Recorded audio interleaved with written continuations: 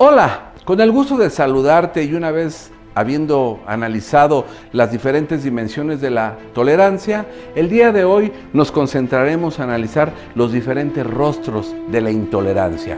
La intolerancia social, la intolerancia ecológica, la intolerancia cultural, la intolerancia social y sobre todo la intolerancia política. Acompáñanos.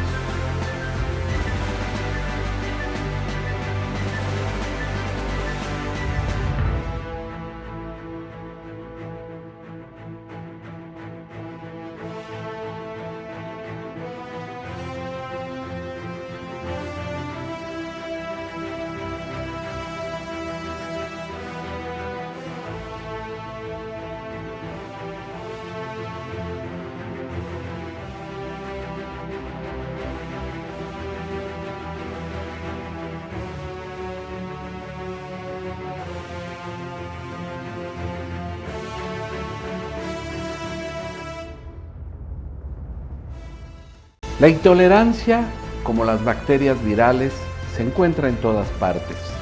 Se disemina y no ataca al sistema solamente en términos de relaciones de fuerza, sino que se presenta como una forma de acción individual o colectiva que busca perturbar profundamente a la sociedad. Los cada vez más frecuentes hechos de barbarie hacen referencia a una violencia que desborda sus formas tradicionales. La violencia es la etapa superior de la intolerancia. La intolerancia comienza con la estigmatización del otro, la difamación, la marginación, la privación de derechos y la discriminación en su condición de persona, y culmina con la persecución, el ataque físico, la agresión, el asesinato, la matanza o el exterminio científicamente planificado. Así, observamos la siguiente paradoja. Por un lado, la intolerancia forma parte de la misma naturaleza humana, dando vida al Homo impatientes, ese ser violento, agresivo y dogmático que todos llevamos dentro y que despierta de su letargo a la primera provocación. Son los famosos instintos naturales y quizá también la condición genética que han estado siempre entre nosotros. Ese rostro oscuro que siempre aparece cuando alguien se mete en la fila del banco, cuando alguien da una vuelta prohibida, cuando nos sentimos agredidos o menospreciados. Por otro lado, la tolerancia no nace naturalmente, requiere de una pedagogía que permita crearla, enseñarla, desarrollarla, proyectarla y asimilarla como una cultura cívica, como una educación para la democracia, como un valor político que debe aprenderse y radicarse culturalmente entre las personas. Es una construcción cultural, es la creación de algo artificial que no existía antes, de algo que se aprende en el doble sentido de la palabra. Por un lado, en el sentido de aprender un conocimiento nuevo, y por el otro, en el sentido de aprender, agarrar, incorporar o asimilar algo que nos haga culturalmente distintos y en este sentido parte de la civilización humana. En tal contexto nos encontramos inmersos en tiempos de oscuridad y además observamos que la política se encuentra huérfana de ideales y de alternativas creíbles sobre el rumbo que seguirán nuestras sociedades. Los modelos ideológicos y sociales, así como los paradigmas jurídicos y culturales a través de los cuales interpretamos en el pasado la realidad circundante, se encuentran en crisis. Observamos una intolerancia en progresivo aumento sobre la base del fortalecimiento de los prejuicios, los estereotipos y los estigmas en contra de cualquier forma de diversidad, de disenso y de oposición al orden establecido. Se desarrolla así una política del odio, del rechazo, de la censura y de la discriminación respecto a quienes piensan diferente. Frecuentemente hemos escuchado decir que la historia de la humanidad es también y contemporáneamente la historia de la inhumanidad. Y es cierto, a lo largo de la historia vamos a encontrar grandes guerras y violencias a lo largo de la evolución de las sociedades. Sin embargo, el siglo XX tiene una característica que lo hace peculiar, y es el uso de la ciencia con fines de aniquilamiento y por lo tanto la configuración del siglo del odio. Veamos esto en detalle.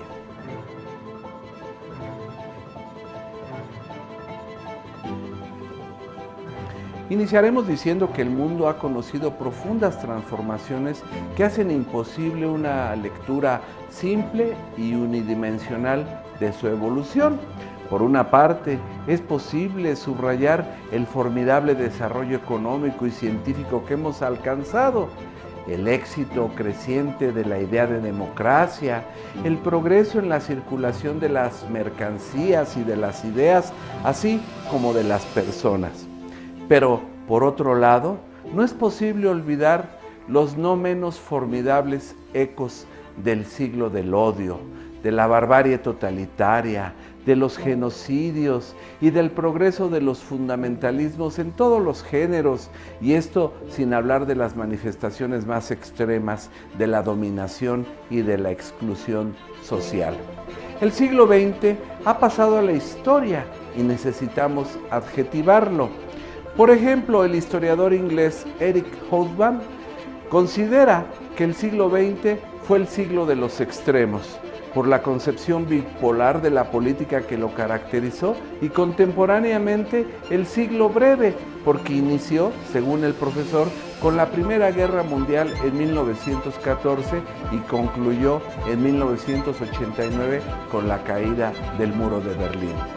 Otro historiador que nos propone una definición del siglo XX es el historiador francés François Furet, quien considera que el siglo XX representó la ilusión del comunismo.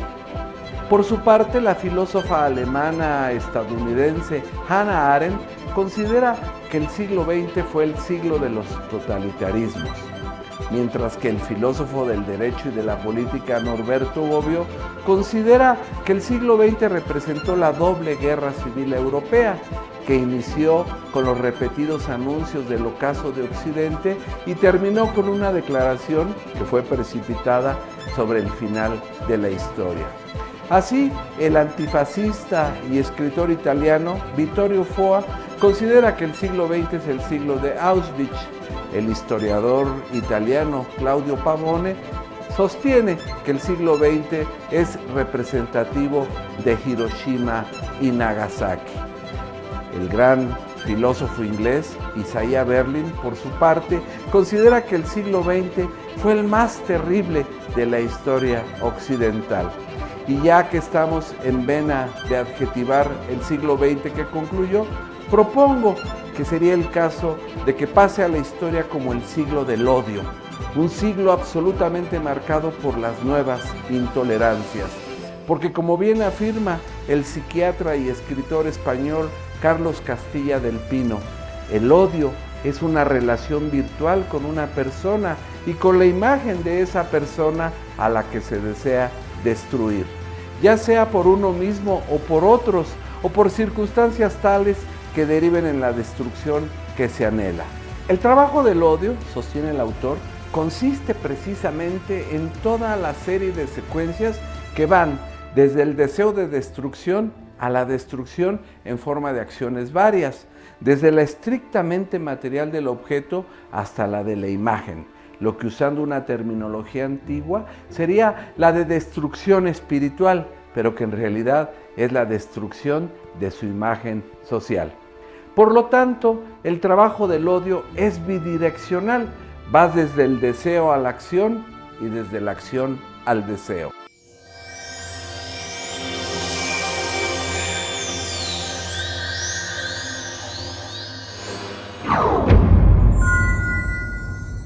Así como el hombre, cuando llega a su perfección, es el mejor de los animales, así también es el peor de todos cuando está divorciado de la ley y la justicia. Aristóteles. Todos los hombres pueden ser pública o privadamente enemigos de todos los demás y cada uno también enemigo de sí mismo. Platón. Quienes creen defender apostólicamente a la Iglesia, esposa de Cristo, despedazan a los que llaman sus enemigos, como si los enemigos más peligrosos de la Iglesia no fuesen los pontífices impíos que con su silencio hacen olvidar a Cristo y con su vida escandalosa crucifican a Cristo por segunda vez. Erasmo de Róterdam. Reivindico para el creyente el albedrío de la fe y rechazo cualquier vínculo impuesto por la Iglesia de Roma, porque la única obediencia legítima es a la palabra de Dios. Martín Lutero. Hay un límite en que la tolerancia deja de ser virtud. Edmund Burke.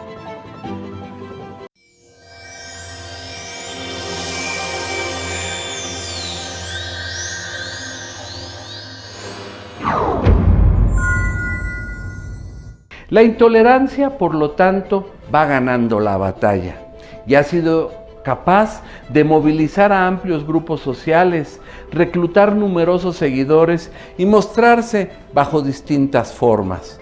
Ella, la intolerancia, anida en las organizaciones estructuradas verticalmente y fortalece su identidad con ayuda de la demagogia populista. El siglo XX fue el siglo del odio por los genocidios que produjo, mientras que el siglo XXI amenaza igualmente con cancelar libertades y derechos conquistados. La intolerancia ha sido capaz de movilizar a grupos sociales, de reclutar numerosos seguidores y de mostrarse a través de variadas formas de xenofobia, antisemitismo, misoginia o nacionalismo. Para entender las diferentes concepciones y las nuevas formas de la intolerancia, es necesaria la siguiente distinción entre intolerancia religiosa o de la libertad de pensamiento, fundamentalismo islámico, estados teocráticos y monolitismo ideológico, entre la intolerancia social o de la discriminación, que se traduce en exclusión de grupos vulnerables o en servidumbre de género. ¿Y qué decir de la intolerancia económica o de los nuevos esclavos de la modernidad, lo que llamamos la mercancía humana en la era de la globalización? Existe también una intolerancia ecológica o de la ética del futuro y que tiene que ver con los derechos de la naturaleza. Encontramos además una intolerancia cultural o del racismo, que se traduce en la persecución de minorías, en el surgimiento de la xenofobia y del nacionalismo, y no menos importante, la intolerancia política o del enemigo, que se expresa a través del conflicto, la guerra y la dominación. De esta clasificación derivan las siguientes reflexiones, por lo que iniciaremos con la intolerancia religiosa.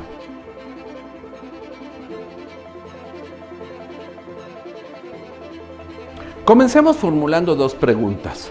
¿Pueden los derechos humanos en cuanto tales ser derechos universales?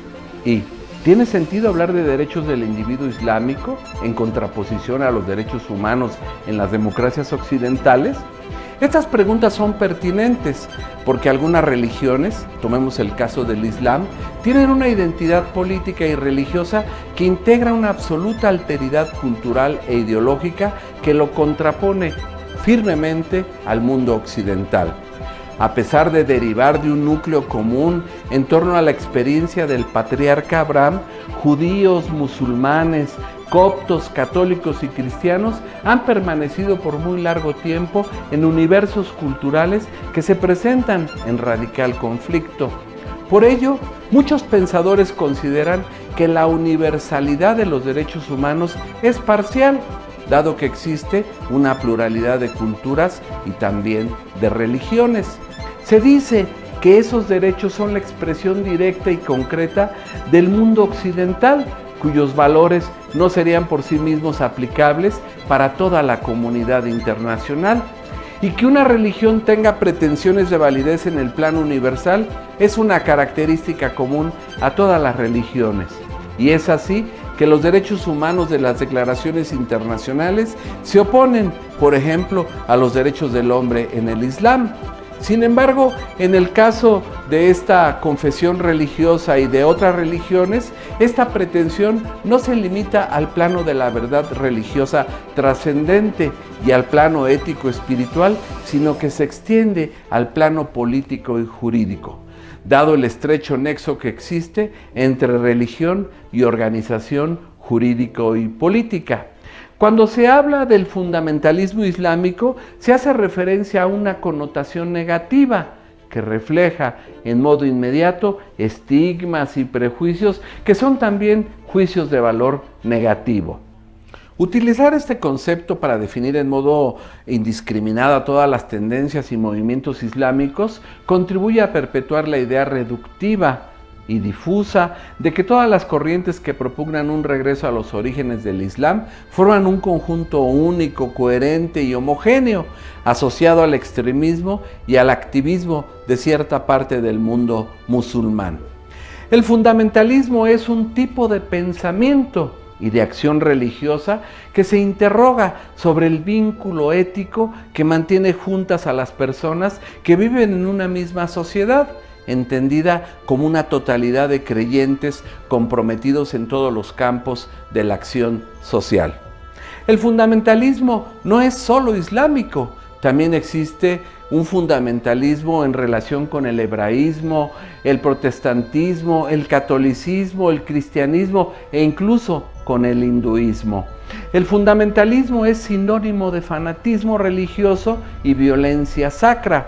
A veces se lo interpreta como el intento de imposible regreso al pasado, a los míticos orígenes de un credo religioso incompatible con el mundo moderno. Arcaico e intolerante, el fundamentalismo religioso puede ser fácilmente encontrado en muchas sociedades. Los fundamentalistas plantean de manera radical el problema del fundamento último, ético y religioso de la comunidad.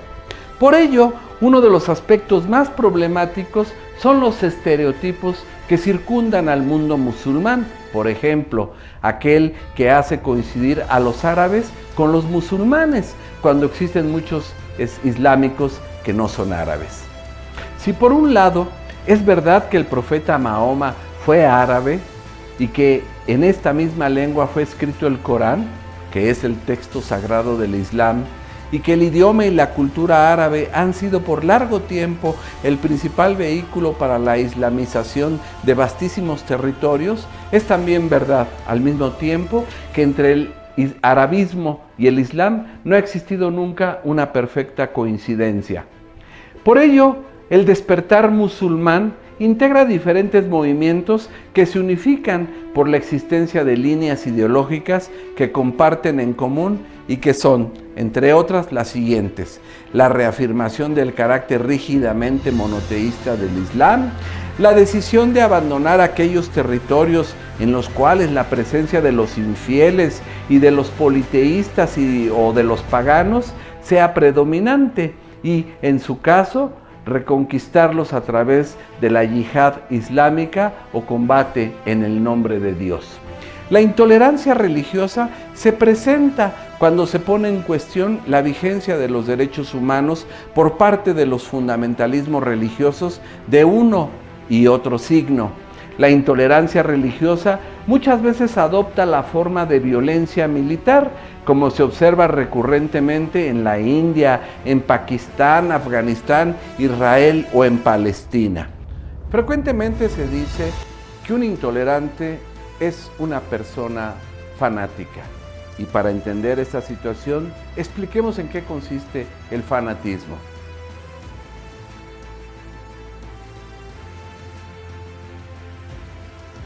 Lo primero es mencionar que el fanático representa a un individuo que, poseído y deslumbrado por la verdad absoluta, busca imponerla, eliminando las verdades de los demás, ya sea mediante el sectarismo, la discriminación o la persecución, en síntesis, a través de la intolerancia.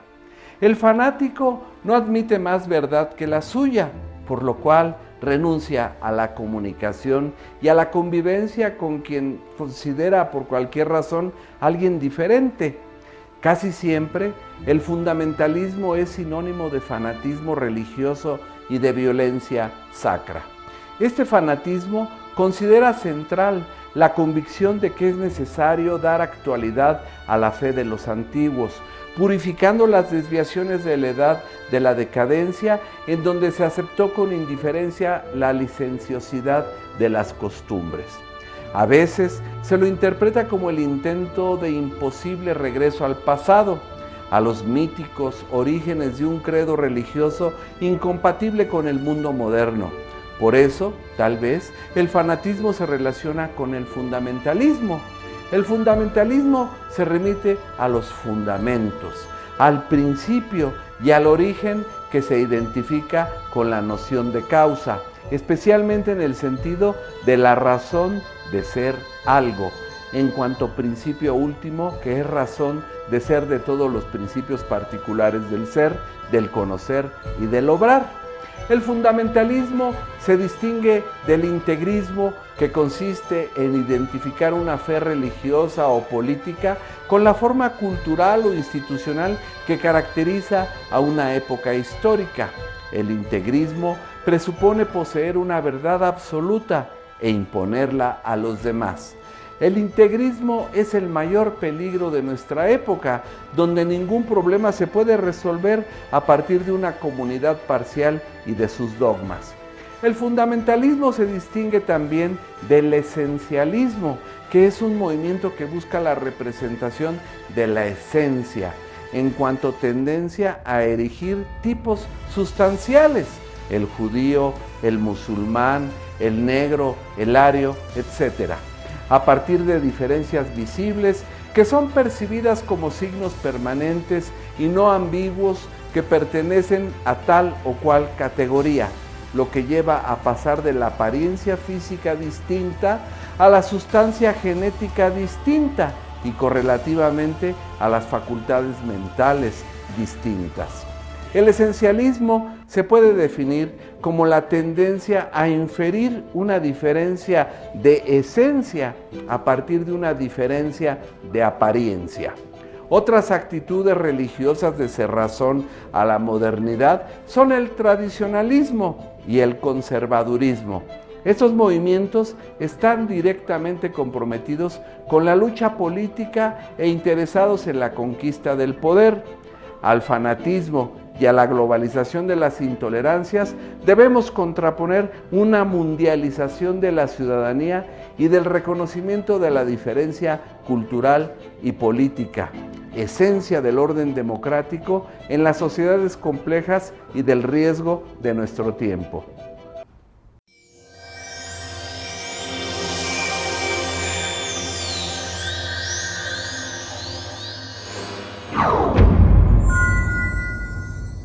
Eppur si mouvé, y sin embargo se mueve. Galileo Galilei. Si las diferencias se desarrollan entre armas y pleitos, dado que los peores son los más obstinados, la mejor religión y la más santa está destinada a ser sofocada en la riña. Tomás Moro. La tolerancia es la virtud del débil. Marqués de Sade. Se ordena el cierre de todas las escuelas protestantes, así como la destrucción de las iglesias de los hugonotes, y se les obliga por todos los medios convertirse al catolicismo. Edicto de Fontainebleau. Tiemblan más ustedes al dictar mi sentencia de muerte que yo al escucharla. Giordano Bruno. Las razas labriosas encuentran una gran molestia en soportar la ociosidad. Friedrich Nietzsche. Debemos reclamar en nombre de la tolerancia el derecho a no tolerar a los intolerantes. Karl Popper.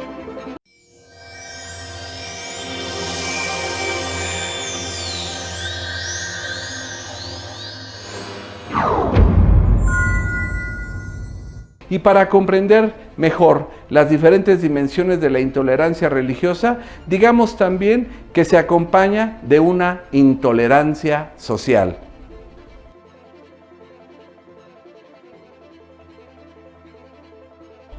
Para analizar la intolerancia social tenemos que reconocer que en nuestras sociedades se desarrolla un creciente pluralismo social, típico del orden democrático, que no ha sido capaz de impedir una amplia gama de intolerancias que tienen distintas modalidades para manifestarse, porque pueden expresarse a través de la indiferencia, el rechazo o el desprecio hacia otras personas. También producen discriminaciones de distintos tipos, que pueden ser directas o indirectas, múltiples o agravadas, institucionales o societales, afirmativas o positivas. También existen distintas tipologías de esta intolerancia social, como el sexismo o la misoginia, que son comportamientos de exclusión y consecuente marginación. Además, proyectan amplias dinámicas de intolerancia a través del prejuicio, de la estigmatización y de los estereotipos.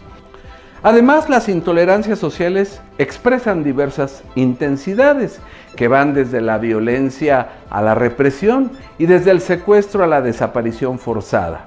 La diversidad que produce intolerancias sociales se desarrolla en ruta de colisión con la idea tradicional de comunidad, que como un todo orgánico desde Aristóteles ha caracterizado al pensamiento social de esta manera. Por ejemplo, Augusto Comte plantea su idea de la comunidad moral. Frédéric Leplay insiste en su comunidad empírica. Ferdinand Tönnies formula su concepción de la comunidad como tipología.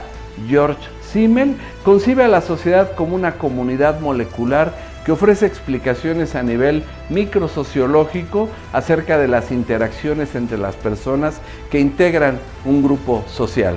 Sin embargo, sin importar la manera como haya sido definida, la idea de comunidad en todos estos autores aparece como un medio legítimo de asociación que se verá eclipsado por el inarrestable individualismo moderno típico del siglo XX.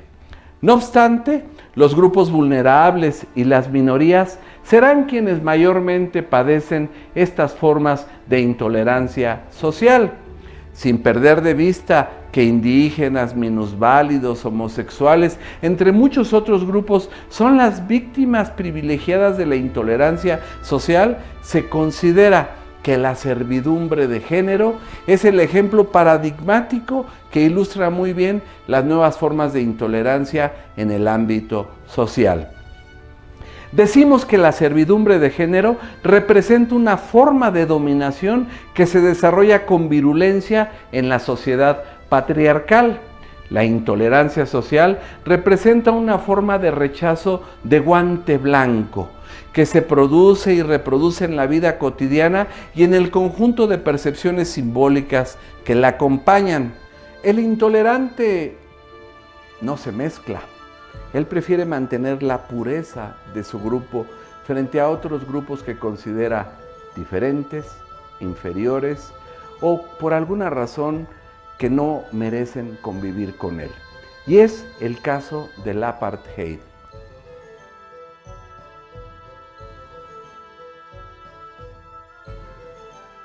Nos ha demostrado que la intolerancia transformada en acciones sistemáticas de discriminación y persecución no ha obtenido nunca los resultados deseados. El apartheid sudafricano es uno de los casos más significativos en la historia contemporánea por el grado de institucionalización que logró alcanzar la intolerancia en ese sistema político. Uno de los extremos de la intolerancia en el siglo XX que hemos conocido fue la democracia racial sudafricana. Este sistema, promovido por los Boers y los Afrikaners de origen holandés, fue conocido como apartheid, nombre que designaba una forma de organización política, económica y social que tomaba decisiones y asignaba tareas en función del color de la piel de las personas. El apartheid puede ser considerado una forma de organización económica, política y social que se basa en el racismo y que fue diseñada específicamente para mantener la supremacía de la población blanca. En lengua afrikaans, apartheid significa literalmente separación. En ese país miles de personas fueron despojadas y segregadas por motivos raciales. La expansión colonial tuvo lugar cuando los holandeses cedieron en 1806 sus posesiones en la costa sur de África a los ingleses, y estos promovieron una inmigración a gran escala de ciudadanos británicos. Por ello, de 1820 a 1830 arribaron a Sudáfrica los Boers o Afrikaners, que inmediatamente entraron en conflicto con los originarios pobladores Zulú y con los ingleses. Numerosos habitantes de habla holandesa, decepcionados de las autoridades británicas e indignados por la abolición de la esclavitud en 1834, lo que privaba a los granjeros de mano de obra barata, emprendieron una emigración masiva hacia el interior del país conocida como de Great Trek. A principios de 1850 crearon dos naciones Boers independientes, el Estado Libre de Orange y la República de Transvaal. En 1910, estas repúblicas Boers y las colonias británicas de Cabo y de Natal se unieron para constituir la Unión de Sudáfrica. La población negra no intervino en el proceso ni gozó de derecho alguno en el nuevo orden político. En 1948, cuando se celebraron elecciones generales, Sudáfrica era ya una nación poderosa, moderna e industrial. Fueron años de profundos cambios sociales y de creciente división racial. La separación legal de blancos y negros, el apartheid, llegó a formar parte del tejido social sudafricano. El gobierno de la República de Transvaal declaró que no permitiría la igualdad entre la gente de color y los habitantes blancos, ni en la iglesia ni en el Estado, lo que restringió legalmente los derechos de la población negra, que además era la población mayoritaria en estas regiones. Algunos dieron el nombre de democracia racial a este sistema totalitario de segregación para enfatizar la existencia de instituciones democráticas en Sudáfrica. En 1950 se aprobó la Ley de Zonas de Agrupamiento, que segregó aún más a la población negra de las ciudades. También se promulgó una ley de pasaportes que clasificaba a la gente de acuerdo con el color de su piel. Aparecieron entonces letreros en los autobuses, los restaurantes y en todos los lugares públicos, incluidos desde luego los jardines y los parques, de reservados solo para gente blanca, en todo el país. Lo mismo en establecimientos fabriles que en baños públicos, lo que limitó aún más las libertades de la población negra. Se prohibían y se castigaban severamente los matrimonios mixtos y en particular el sexo interracial. La minoría racista que se adueñó del poder en 1948 hizo del apartheid la política oficial del Estado, alegando la necesidad del dominio y del control de los blancos sobre las razas no blancas que se encuentran en un nivel más bajo de civilización, pretendiendo justificar así el desarrollo separado como un medio eficaz para evitar tensiones y conflictos. El apartheid fue un sistema de segregación surgido de un régimen económico, político y social que, bajo la máscara del desarrollo separado de las razas que viven en su territorio, lo convirtió en fundamento jurídico para decidir los destinos de la nación y de sus bienes, sin la intervención de los habitantes no blancos que constituían la abrumadora mayoría del país. De esta manera, cuando los colonizadores blancos llegaron a África para apropiarse de sus tierras y de sus riquezas naturales, recordemos que Sudáfrica fue uno de los países más importantes en la producción de diamantes, dos concepciones del mundo entraron en conflicto. Para los africanos, un individuo no puede ser propietario de la tierra, porque se trata de un bien común. Así era y así fue siempre.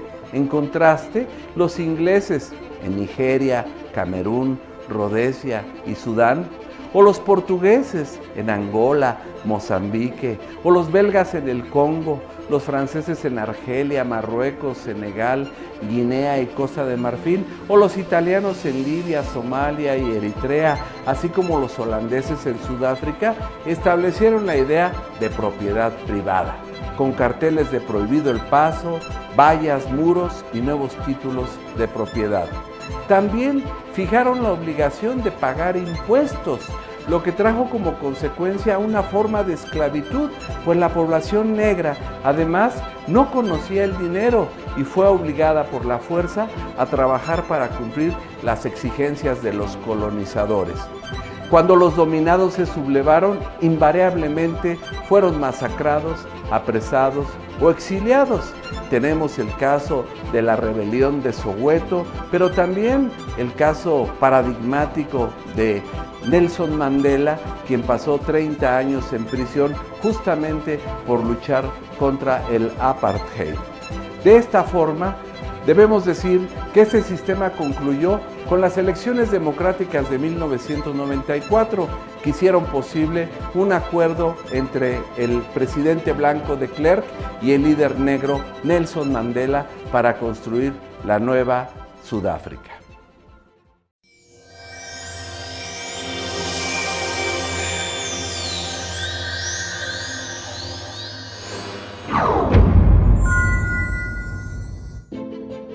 Las mentes pequeñas confunden la intolerancia con sinceridad. John Lee Miller. Cualquier contraposición religiosa, moral, económica, étnica o de cualquier otro tipo se transforma en una contraposición política si es lo bastante fuerte para reagrupar a los hombres en amigos y enemigos. Carl Schmitt. Es propio de hombres de cabezas medianas embestir contra todo aquello que no les cabe en la cabeza. Fray Antonio de Guevara. Lo que se proclama y se practica hoy como tolerancia en muchas de sus efectivas manifestaciones es en realidad un servir a la causa de la opresión. Herbert Marcuse. Yo tengo el derecho de perseguirte porque estoy en lo correcto y tú estás equivocado. Tomás de Torquemada. El odio es una relación virtual con la persona y con la imagen de esa persona a la que se desea destruir. Carlos Castilla del Pino.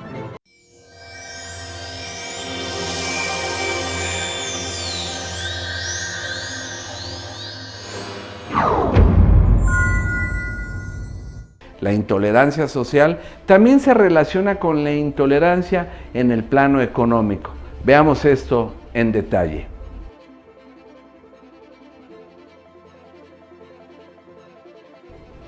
Bien, la intolerancia económica es quizá la forma más contemporánea de las exclusiones que estamos analizando, porque se relaciona con la globalización de los mercados de trabajo y con el nuevo sistema de relaciones sociales asimétricas que se ha creado en torno a la función del trabajo.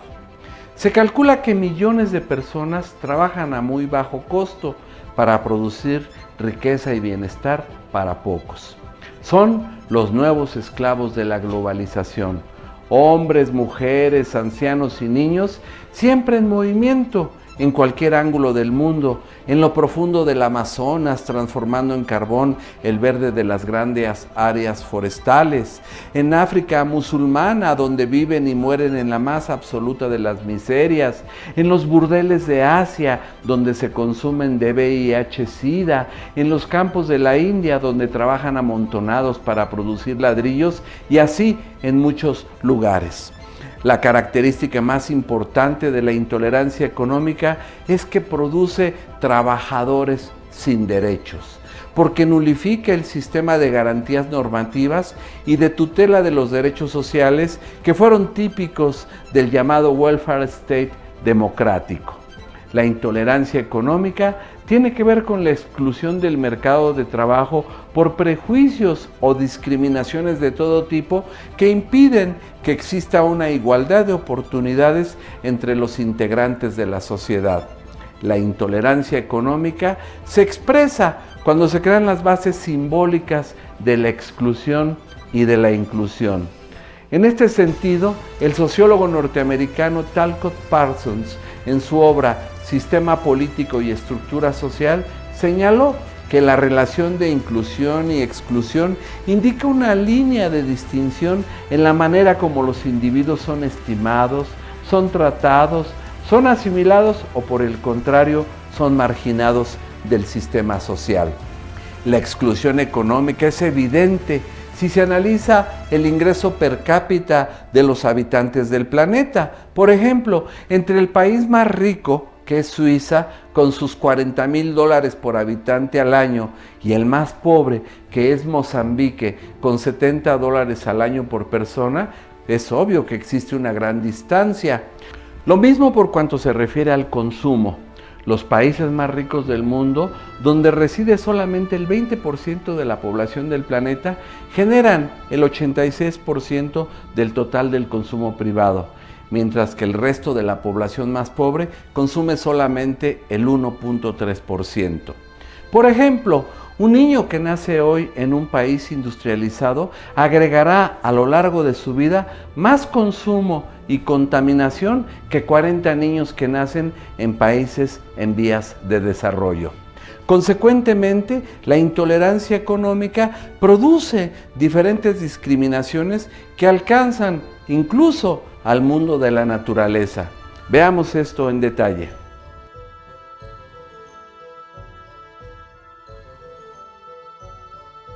Otro aspecto de la intolerancia se refiere a la ecología.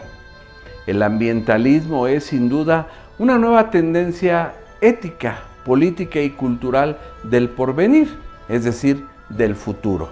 La ética entra en juego cuando la intervención humana en la naturaleza amenaza el equilibrio ecológico y también cuando aumenta la contaminación del planeta con residuos, radiaciones, sustancias tóxicas y nocivas que representan una amenaza para la vida en general.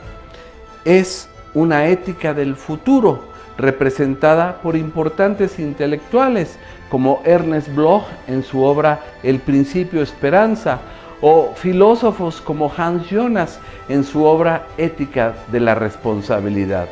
Ellos nos recuerdan que de ahora en adelante un escenario posible de futuro está representado paradójicamente por la ausencia de futuro.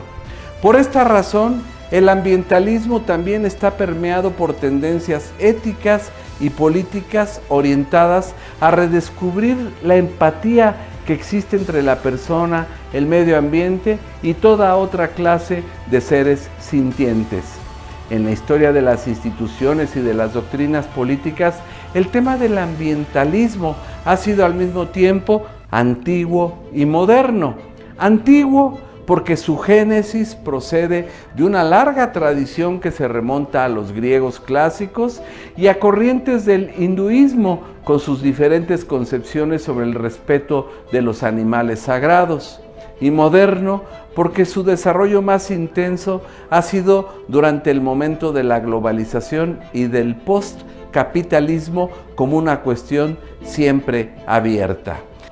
El ambientalismo parte del principio de que, como todo ser vivo, el ser humano está en estrecha relación de intercambio recíproco con su entorno, un entorno que desde el punto de vista de la historia de la especie puede considerarse sobre todo como naturaleza, es decir, como un conjunto de lo que existe y se crea sin el concurso humano.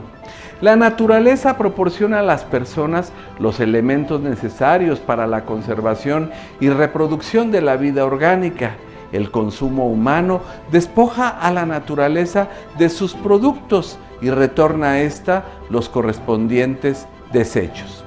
Por lo tanto, existen tres tendencias a partir de las cuales es posible analizar lo que se ha denominado como la crisis del medio ambiente, de acuerdo con lo que se considera el elemento central de valoración. Hay una concepción antropocéntrica que coloca al ser humano en cuanto ser viviente en el centro de las preocupaciones. Existe también una concepción patocéntrica que resalta la acción destructiva del ser humano sobre el medio ambiente. Y finalmente existe también una concepción biocéntrica que otorga centralidad a la naturaleza en sí misma. El medio ambiente recibe una nueva atención derivada de la claridad y la conciencia de que el planeta Tierra no es una reserva ilimitada de recursos y que la intervención humana sobre él debe ser regulada. La importancia de identificar las formas de la intolerancia ecológica radica en que el medio ambiente tiene derechos propios. Además, existen deberes hacia las generaciones futuras, es decir, hacia aquellos individuos que en los próximos tiempos vivirán sobre el planeta y que necesitarán un ambiente adecuado a la vida. Finalmente, un problema no menor y que tiene que ver con la intolerancia ecológica está representado por el progreso técnico, que plantea el gran problema de cómo usar las nuevas capacidades científicas adquiridas. Y para analizar de mejor manera la intolerancia, veamos ahora su rostro cultural.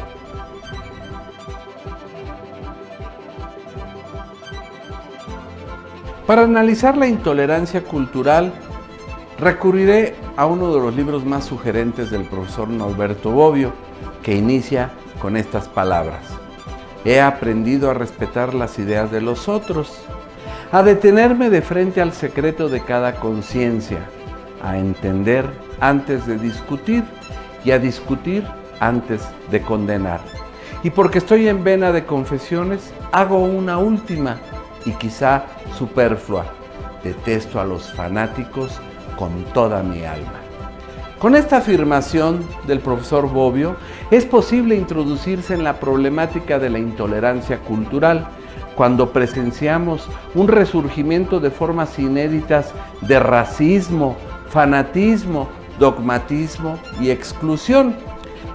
A través del estudio de los prejuicios, la discriminación, la segregación o la violencia, autores contemporáneos han hecho importantes contribuciones para identificar los espacios del racismo y su relación con la exclusión social. La intolerancia cultural forma parte de nuestra realidad cotidiana. Está representada por los movimientos del supremacismo blanco, de rechazo a los migrantes, de discriminación y de exclusión por los diferentes. Ellos se expresan organizadamente y construyen su identidad con elementos distintivos como himnos fascistas y otras idiosincrasias y simbolismos, como en el caso de los llamados naziskin o neonazistas. Estos movimientos sostienen un racismo biológico que permea a amplios sectores de la sociedad. Representan una construcción social, cultural y política que considera determinante el origen genético de las personas. Se apoyan en teorías conspiratorias que involucran una diferenciada amalgama de estrategias y estilos organizativos, objetivos y finalidades, ideologías y doctrinas. Estos movimientos han abandonado las viejas teorizaciones de pensadores como el intelectual francés Joseph Arthur de Gobineau, quien en su obra Ensayo sobre la desigualdad de las razas humanas, o el filósofo inglés Houston Stewart de Chamberlain, en su obra Concepción Aria del Mundo, quienes sostienen teorías sobre la superioridad racial, para adoptar nuevos instrumentos de pureza social vinculados a los problemas de la seguridad nacional. Una fuente de inspiración contemporánea de estos grupos ha sido la obra de William Pierce, titulada Los diarios de Turner, que relata una guerra de razas en los Estados Unidos. Surge así el nuevo racismo, que busca provocar exclusiones en la vida pública, llegando incluso a teorizar una pigmentocracia que clasifica a las personas y establece jerarquizaciones sociales en función del linaje y el origen social de los individuos. El intolerante también frecuentemente es un sujeto que distingue a las personas por su raza.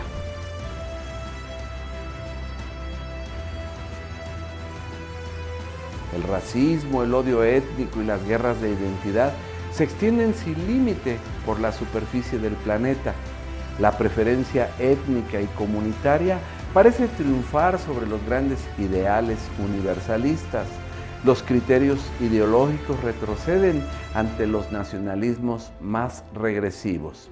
En este contexto, el racismo puede ser definido como un comportamiento individual y colectivo de rechazo del ser humano diferente, un discurso teórico sobre la existencia de razas y al mismo tiempo su puesta en práctica. El término raza designa a un grupo o a una población caracterizada por algunas concentraciones relativas a la frecuencia y distribución de partículas hereditarias que hoy llamaríamos genes y de caracteres fijos, los cuales aparecen, fluctúan y frecuentemente desaparecen en el curso del tiempo por razones de aislamiento geográfico o cultural. La variedad de manifestaciones de estas características en poblaciones diferentes es percibida de distintas maneras por cada grupo y son percibidas a través de preconcepciones, por lo que cada grupo arbitrariamente tiende a malinterpretar la variabilidad como diferencias fundamentales, las cuales separan a un grupo de otros grupos.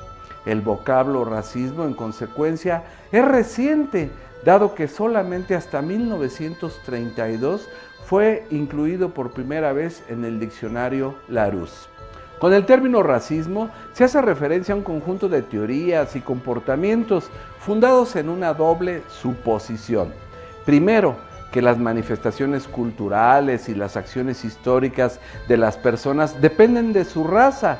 Y segundo, y eso es lo más grave, que existe una raza superior a la que corresponde la función de dominación sobre otras razas inferiores, es decir, sobre el resto de la humanidad. El gran sociólogo francés Pierre-André Taguieff propone que más allá de la doble definición del racismo, es necesario considerarlo, uno, como una biologización de lo diferente o de las diferencias con el fin de naturalizar una inferioridad atribuida que permite establecer una clasificación jerarquizante de los grupos humanos, o dos, como un conjunto de actitudes y de conductas que expresan un horror de las diferencias y un irresistible y fundamental rechazo del otro.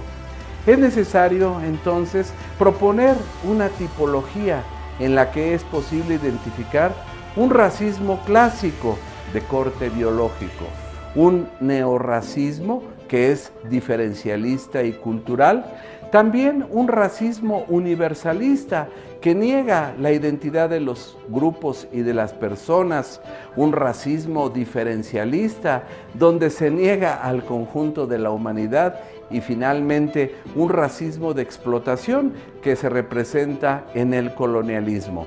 Aunque también, y esto nos lo enseñó el siglo XX, existe un racismo de exterminio que se sustenta en el genocidio, y el genocidio es una palabra que debió inventarse durante los juicios de Nuremberg por el jurista polaco Rafael Lemkin para describir el racismo a través del cual el nazismo exterminó a los judíos. Y propuso este concepto de genocidio cuyo origen etimológico es genos, que significa comportamiento étnico del individuo, y sidio, que se traduce como exterminio o eliminación. Por lo tanto, el genocidio es una práctica de exterminio de particulares grupos que comparten ciertas características étnicas. Así, llegamos a la definición de que el racismo en cuanto a comportamiento se funda en exigencias de naturaleza irracional, se basa en esquemas mentales acríticos y rígidos, y muchas veces de sus manifestaciones contemporáneas son veladas, discretas o simbólicas. Le llamamos de guante blanco, es decir, a través de estigmas, prejuicios o estereotipos socialmente arraigados en nuestras sociedades. El racismo es una enfermedad contemporánea que tenemos que cancelar de la faz de la tierra.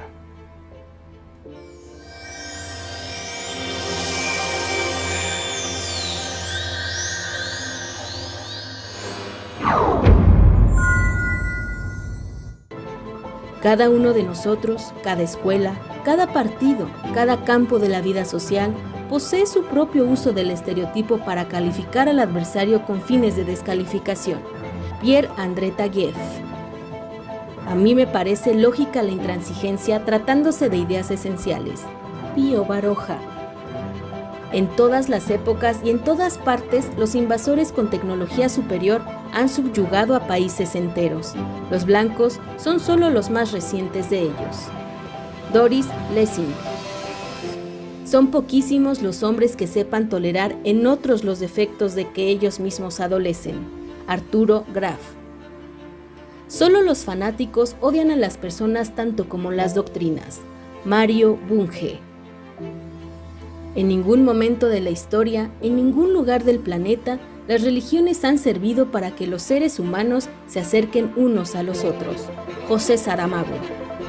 No existe peor intolerancia que la de la razón. Miguel de Unamuno.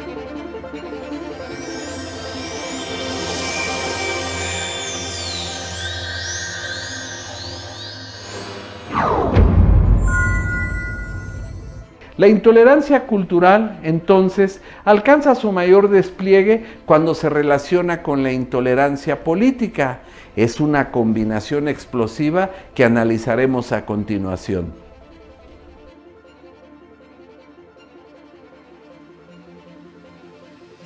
Finalmente, llegamos a la intolerancia política.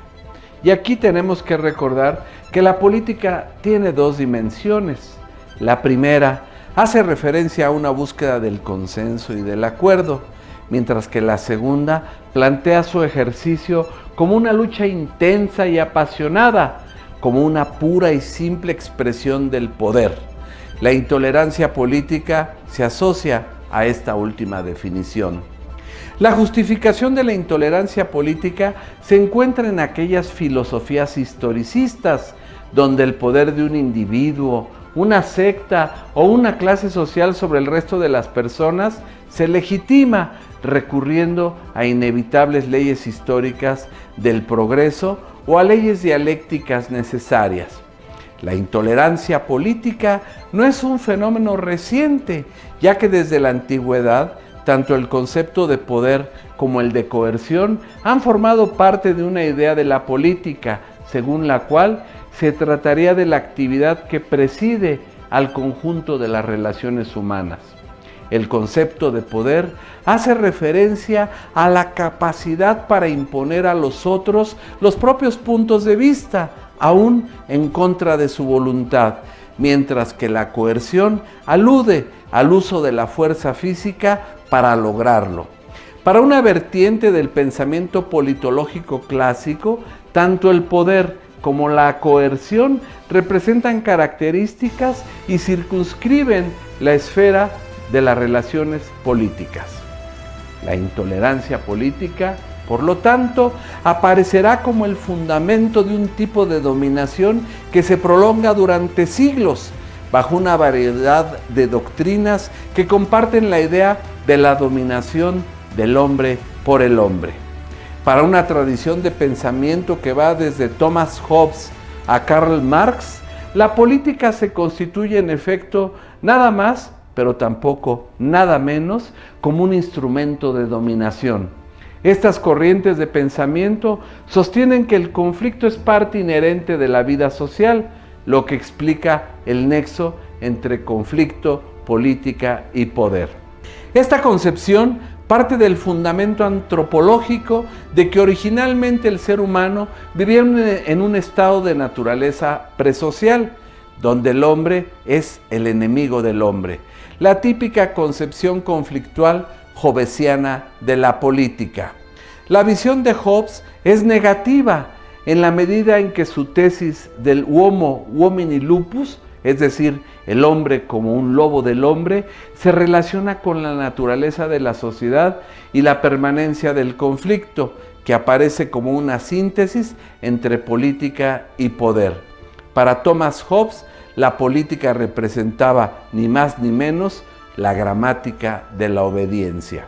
Un rasgo que identifica la intolerancia es que genera conflicto, que es un término que remite a una contradicción o a una oposición, a una lucha de principios o de actitudes que naturalmente existen en las sociedades.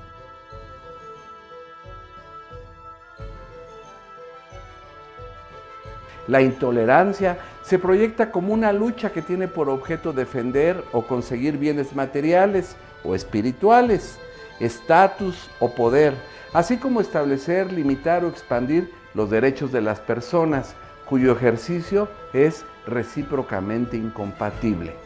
Y de esta incompatibilidad nace la intolerancia, en referencia a un desencuentro que puede ser de intereses, ideas y opiniones. El conflicto se distingue por sus diferentes intensidades y por los antagonismos que provoca. El conflicto es un componente indisoluble de la vida asociada porque, como sostiene el jurista y politólogo alemán Carl Schmitt, la esencia de la vida estriba en producir pausada pero incesantemente de su propio seno nuevas contradicciones y nuevas armonías. La intolerancia es solo una de las posibles formas de interacción entre individuos, grupos y organizaciones de diverso signo.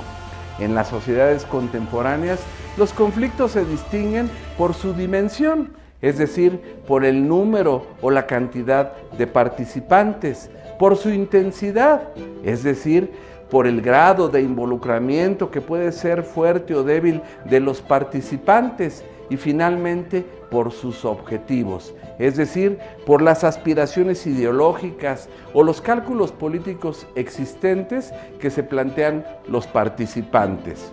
El conflicto que se presenta como irresoluble muy probablemente generará intolerancias. La intolerancia siempre va a establecer que el otro, o mejor, el adversario, debe ser anulado y, si es posible, suprimido, porque atenta contra el futuro, lo que hace peligrar la realización y la identidad del propio grupo de pertenencia. El mecanismo es doble. Primero, se construye la idea de que la propia identidad coincide con la totalidad del ser. Después, se identifican los enemigos de esa identidad como los enemigos de la totalidad. Por lo tanto, los propios enemigos se convierten inevitablemente en los enemigos del mundo. Este ha sido el proceso mental seguido por los actores de la intolerancia en épocas recientes. Generalmente, quien ejerce la intolerancia plantea con convicción que posee la verdad, por lo que considera que aquellos que piensan o se comportan de manera distinta están equivocados y por lo tanto merecen ser excluidos, marginados o eliminados, ya que son enemigos y traidores del orden imperante. El punto crucial de la intolerancia reside justamente en la construcción de la imagen del enemigo, un razonamiento que es también una expresión radical de fanatismo. Algunos autores han propuesto una tipología del enemigo que estaría formada por el enemigo absoluto, quien representa una rivalidad total que solo puede cesar con el exterminio o la plena rendición de alguno de los contendientes.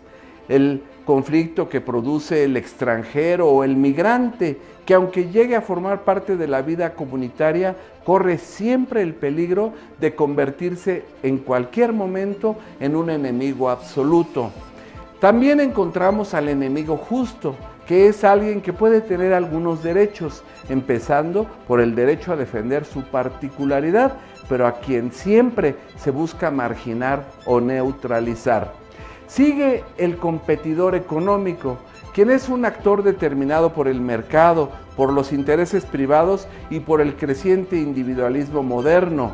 El disidente opositor, quien es una figura típica de la lucha democrática y del reconocimiento recíproco. El disidente se convierte en enemigo cuando cuestiona al poderoso. Encontramos también al enemigo objetivo, quien es un enemigo contingente y que es característico de la modernidad y de su capacidad de autodestrucción. A esta lista de enemigos se podrían agregar otras figuras como el fanático o el fundamentalista, que es un sujeto que siempre se considera poseedor de la verdad absoluta y, como se decía en el pasado, una verdad en tierra de infieles.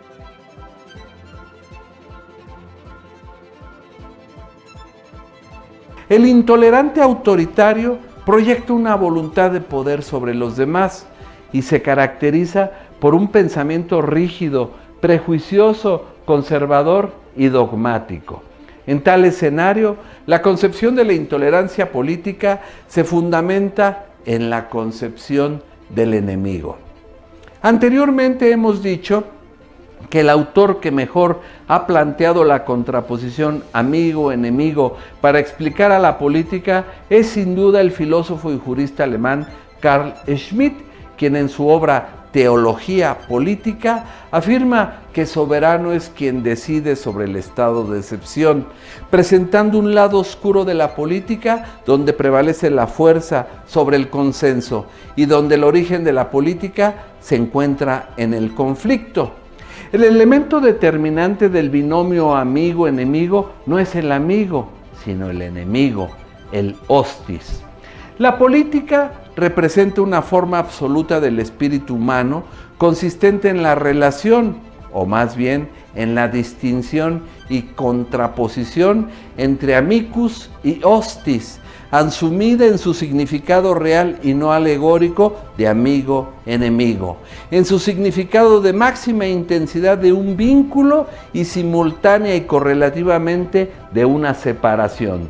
La intolerancia política está allí donde se construye un vínculo y una relación antitética con otro vínculo. Cuando esto acontece, se está sin duda en el mundo de la política. Por su parte, el filósofo Byung-Chul Han, en su obra Topología de la Violencia, considera que la violencia, como parte de la intolerancia política, se ha transformado de visible en invisible, de frontal en viral, de directa en mediada, de real en virtual, de física en psíquica. No obstante los cambios, la violencia se mantiene constante, estableciendo una relación bipolar entre el yo y el otro, entre el dentro y el fuera, entre el amigo y el enemigo. Considera que la violencia es tan antigua como la injusticia y que puede ser clasificada de distintas maneras, como violencia simbólica, sustentada en una política de intimidación dirigida en contra de la sociedad, como una violencia libertaria que tiene una misión superior representada por la futura construcción de un orden político sin contradicciones sociales. También como violencia nacionalista, llevada a cabo por grupos que buscan la pureza de la sociedad y la expulsión de quienes son percibidos como extraños y nocivos, dada su pertenencia a grupos culturalmente no asimilables, y como una violencia de Estado que se ejerce contra grupos opositores considerados desleales al régimen y que busca imponer un consenso total eliminando el disenso. En cualquiera de sus formas, la violencia implica destrucción e intolerancia. La psicosis colectiva que deriva de la violencia justifica nuevas censuras y formas de represión como ya ha ocurrido en el pasado. La figura del enemigo es variable según las circunstancias históricas, económicas y sociales y se desarrolla de acuerdo con las condiciones de cada momento y lugar. En estas circunstancias, la violencia enfrenta al temor y se proyecta más allá de cualquier ideología política. La intolerancia, por último, considera que el adversario debe ser suprimido con el fin de salvaguardar la propia identidad. De este modo, los enemigos de un grupo se convierten automáticamente en los enemigos de todos. Este es el uso político de la intolerancia. Si no se detiene la barbarie, avanzaremos inevitablemente hacia la destrucción de la convivencia social.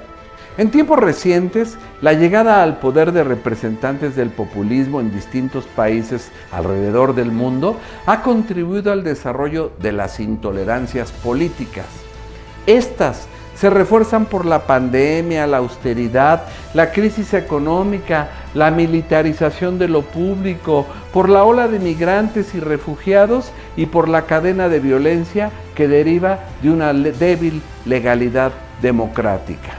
Y para tener un panorama más amplio de los ideales y valores de la política, te invito a que continuemos en el próximo programa con el análisis de los valores de la legalidad. Aquí nos vemos.